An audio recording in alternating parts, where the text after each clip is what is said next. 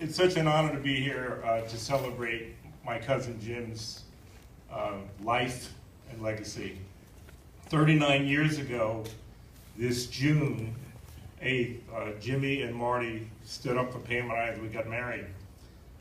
Just a short time before that, like Memorial Day, which would have been maybe 3 weeks, we were out fishing off of Virginia Beach. We came down here to seek Jimmy's advice about what direction we should take because we were at a conflict in our relationship.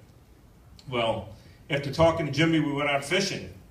And while we were out in the boat catching bluefish off of Virginia Beach out of Rudy Inlet, I don't know why, but all of a sudden I turned to Pam and I said, "I want to marry you." And to my unbelievable great surprise and shock, she said yes. And I almost fell off the boat.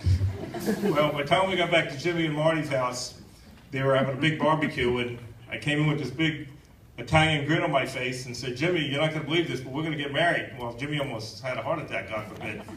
And so I remember Aunt Lena's expression, she needed a drink. Uncle Jim just shook his head. Jimmy and Marty went into prayer right away. And I remember Marty telling us, "Well, I think it's going to be all right." 3 weeks later, we got married, and it's 39 years later, so it's an honor to be here to celebrate my cousin's life. Before I go any further, our son Jimmy, who is a godson of Jimmy and Marty, couldn't be here. He's out in Oregon with his wife and his child. I'd like to read, if I could, and I think Mary Alice or Bobby Lynn or somebody already read this that we sent. Jimmy sent it. This was to Uncle Jimmy. Obviously, Jimmy was still with us. "I can't even begin to explain the positive influence you have had on my life. I could not have asked for a better godfather. I have very vivid memories of all the good times down at Virginia Beach with the entire clan. You taught me the importance of family, and now that I have a kid of my own," couldn't say child, he has a kid. That's the Oregon in him. "I can only marvel at how you guys survived having so many kids. You taught me how to draw with, he's talking about drawing because he's a graphic design major.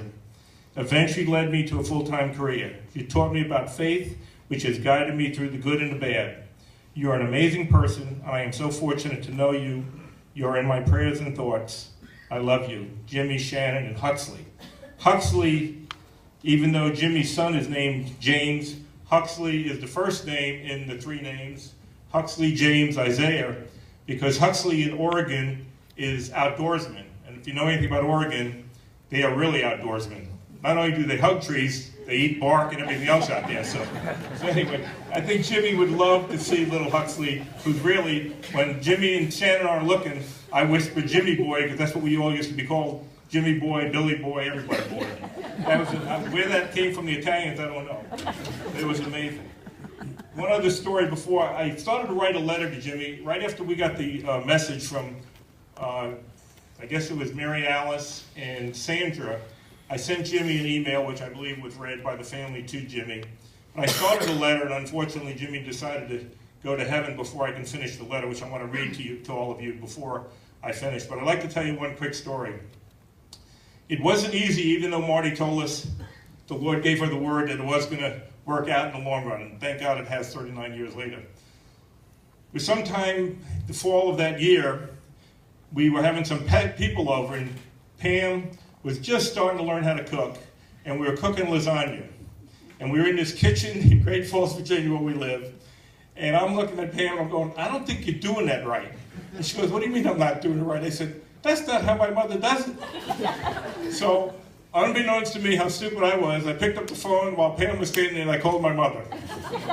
Well, needless to say, the lasagna almost got thrown all over Billy. I called Jimmy, and I said, "Jimmy, you're not gonna," I went upstairs. Pam didn't even know I called him. I said, "Jimmy, you're not going to believe it. I think I made a big mistake." And I told him what had happened. He said, "Billy, what are you, crazy? You never tell a woman how to cook, even if it's wrong." Jimmy gave me a lot of advice over the years, a lot of wisdom. As I said, I started to write this letter. As I get to the end of the letter, you'll see that it was after we had got the news that Jimmy went home with the Lord. "Dear Jimmy, just wanted to say, to me, you are an awesome person. You are a wonderful husband, fantastic father, a terrific granddad, an amazing man of God. Pam and I could not have had a better best man than you at our wedding 39 years ago this June. Jimmy, when you walked into a room, you lit it up with your dynamic personality, and I'm sure all of you have seen that one time or another.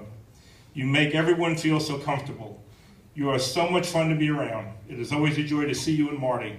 Your profound love for each other is so obvious.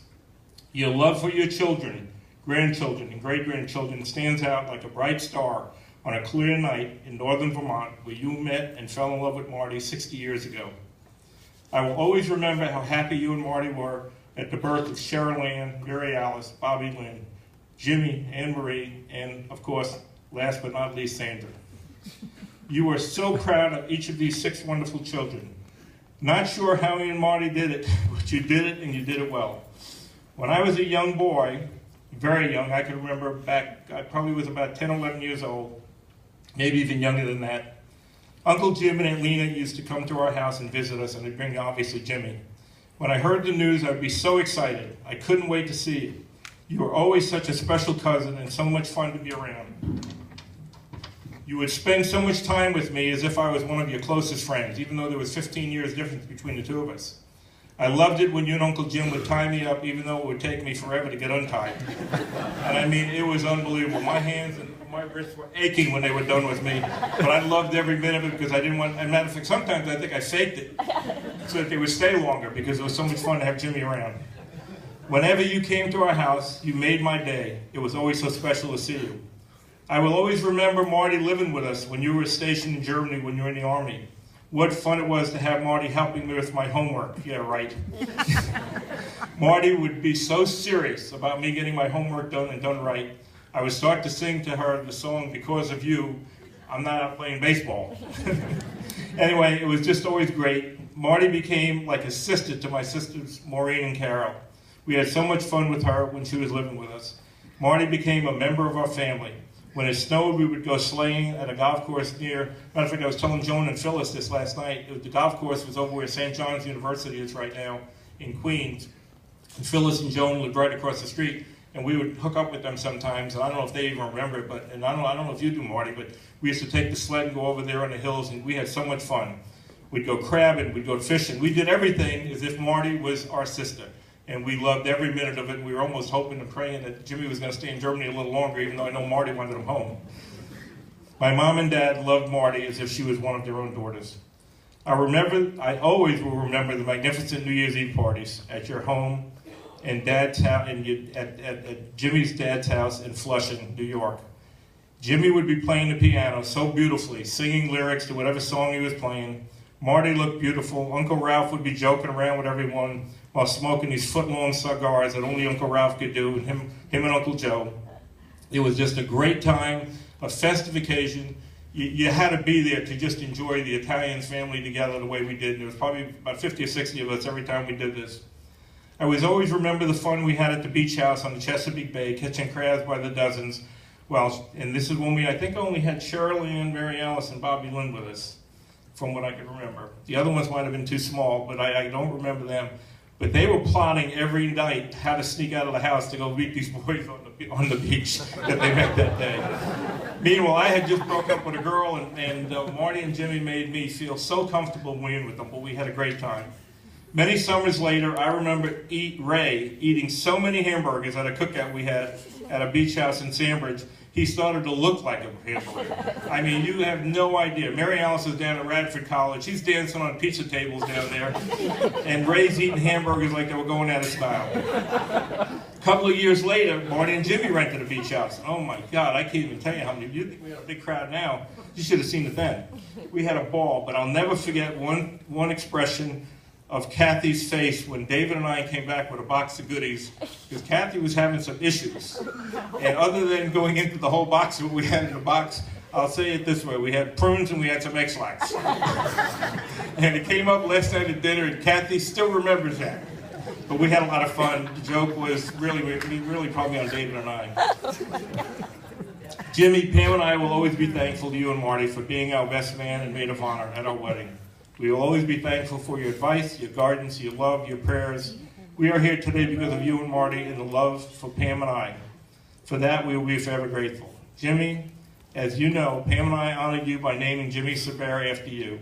I know I said this earlier, but I'm going to complete it. And we named our son Jimmy James also. He called his son Huxley, but as I said a few minutes ago, whenever they're not around, I'm always calling him Jimmy Boy or James or something like that. So, Jimmy, because of you and Marty sharing God's love, His word, His promises with Pam and I know I will see you again in heaven. I will miss you very much, but I will also look forward to the day we will be reunited in heaven. Jimmy, I want to thank you for everything. I want to thank you for such great memories. I want to thank you for the love that you've shown to Pam and I and our family all these years.